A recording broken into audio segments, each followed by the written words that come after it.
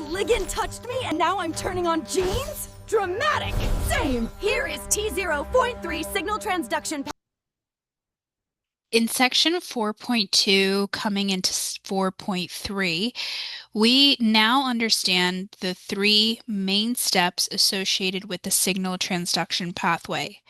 They include reception, which is the act of the receptor attaching to its associated signal molecule. Oftentimes, this could be a hormone or some sort of environmental cue, either externally or from another cell. You had the process be known as reception. Then that triggered the transduction, in which relay molecules, oftentimes a secondary messenger, send signals 1 to 2 to 3. And you remember the reason why we have these relay molecules is because we want to amplify and produce step 3, a cellular response, which may account for some sort of gene expression, metabolism, or other activities internalized within the cell itself. Now that we've accommodated for section 4.2, let's focus on section 4.3, which is all about this idea of the variations that can trigger or detect the signal transduction pathway. This include things like temperature or some sort of light or maybe some sort of chemical.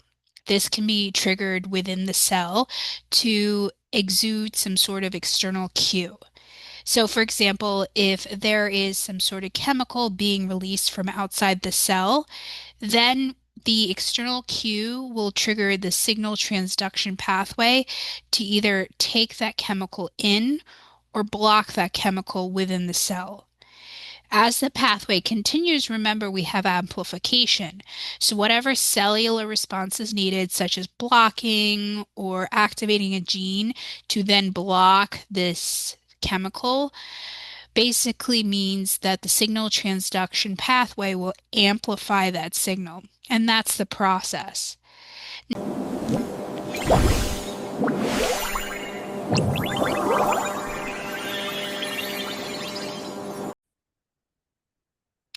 Various cells contain different types of cellular responses. For example, if you talk about a signal in the signal transduction pathway, if we have a cell, if you remember in the nucleus, we have DNA, which then converts into RNA, which then converts into protein.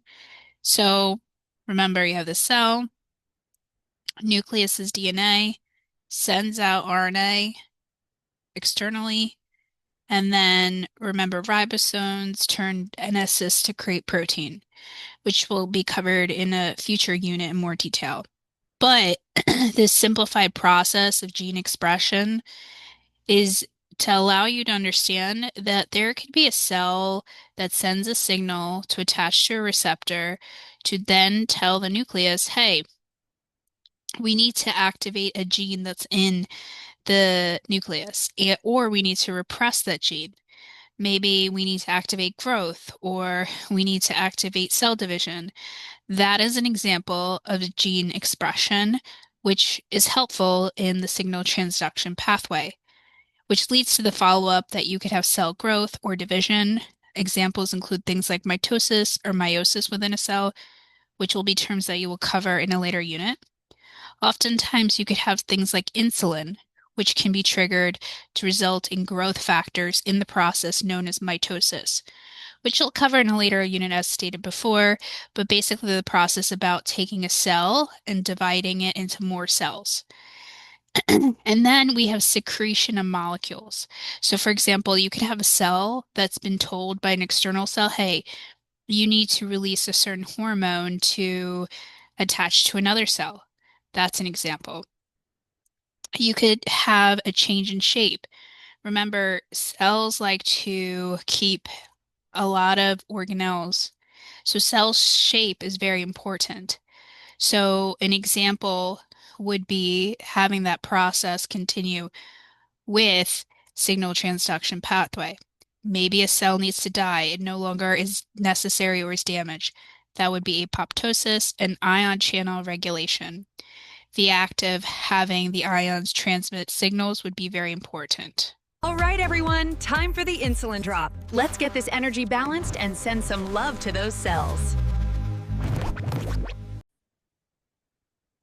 This is an example of signal transduction with insulin.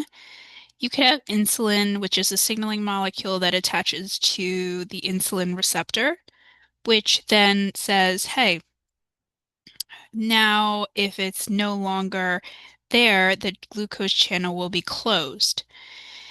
But if we have the insulin receptor attached to the receptor, this can open the channels of glucose, and then glucose enters into the cell. So that's a process why some patients might take insulin because they have to attach it to a specific receptor so their cells can be told, hey, I need to open up to allow the glucose to come through.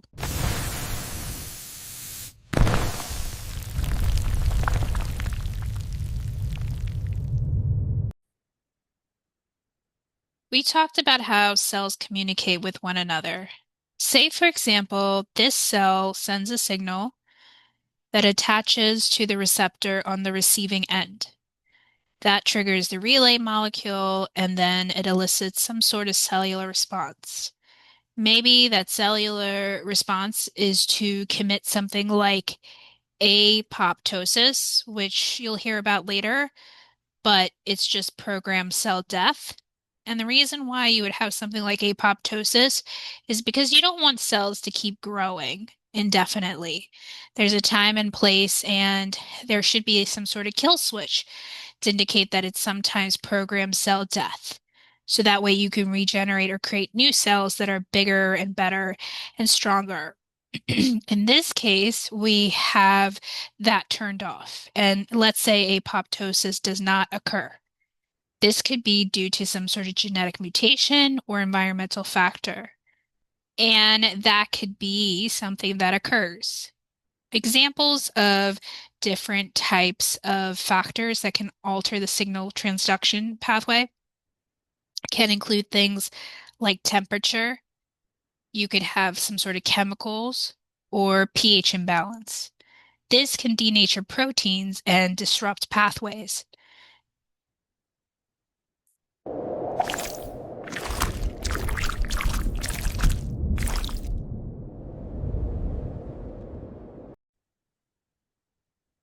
Usually, as we stated before, with the signal transduction pathway, you can have a receptor that attaches to a signal, or rather, a signal attaches to a receptor on the outside of the cell. Well, let's pretend that we block that attachment in some way, shape, or form. And if you remember, we talked about the lock and key method where we didn't think it was a valid choice, but it gave an example of how an enzyme can attach to a substrate. You want to think of that formula or that method when describing what's happening with inhibitors and the fact that you can have some sort of signal that usually attaches to a receptor being blocked.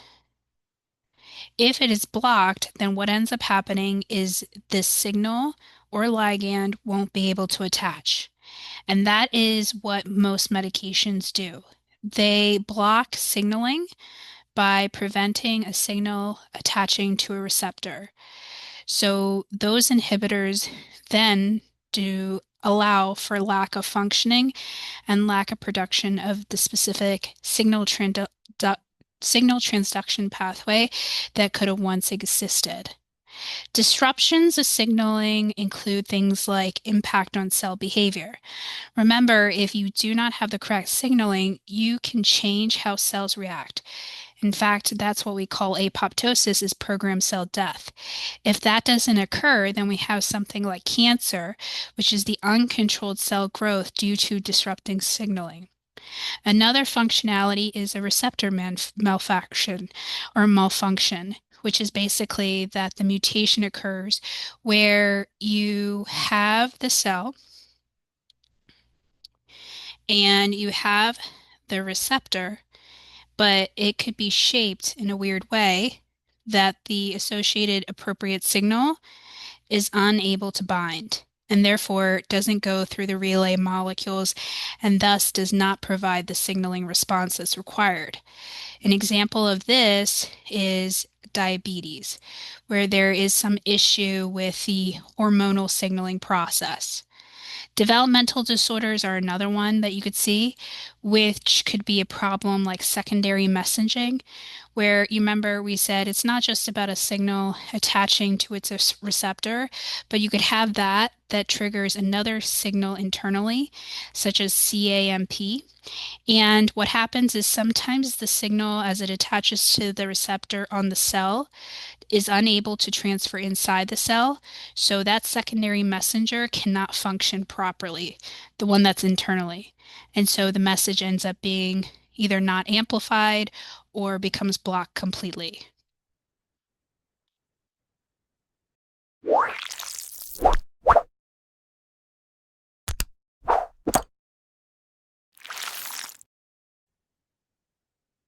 Cell signaling is based on the lock and key mechanism, where we think that a molecule, such as a ligand or receptor or enzyme, attaches to its appropriate receptor, and the combination of that ligand attaching to that receptor alters the shape. This alteration in shape leads to operations within that mechanism. What happens is you could have a ligand, its appropriate receptors, cascading proteins, and secondary messengers, which are altered or react based on this lock and key mechanism. And changing the shape ultimately means that final cellular process can be altered as well. Ligands, for example, can have a mutation. The mutation alters the shape, and that means that it doesn't fit to its attached receptor. This means that it doesn't bind, and therefore the pathway stays off. The receptor can fail to recognize the ligand, or it permanently stays on, and this could be a problem. For example, let's say the cell has programmed cell death, as we stated before, and this time the programmed cell death never shuts off, or it doesn't trigger it to have programmed cell death, and therefore just continues to grow. This could lead to problems such as cancer.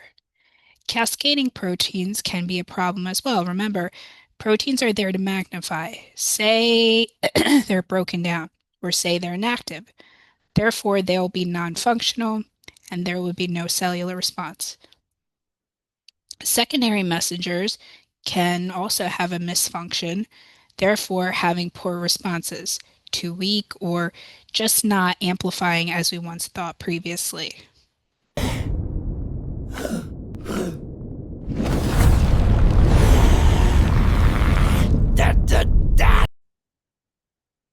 If we alter the pathway, this includes things like disrupting cell signal responses or receptor mutations or downstream mutations. This can cause cells to grow out of control, differentiate wrong, ignoring signals, mismanage metabolism, ignoring ligands, turn on when they should not be turned on, or cells just became tone deaf. You could have kinase malfunctions or adrenal cyclase fails. No CAMP means that the signal officially stops.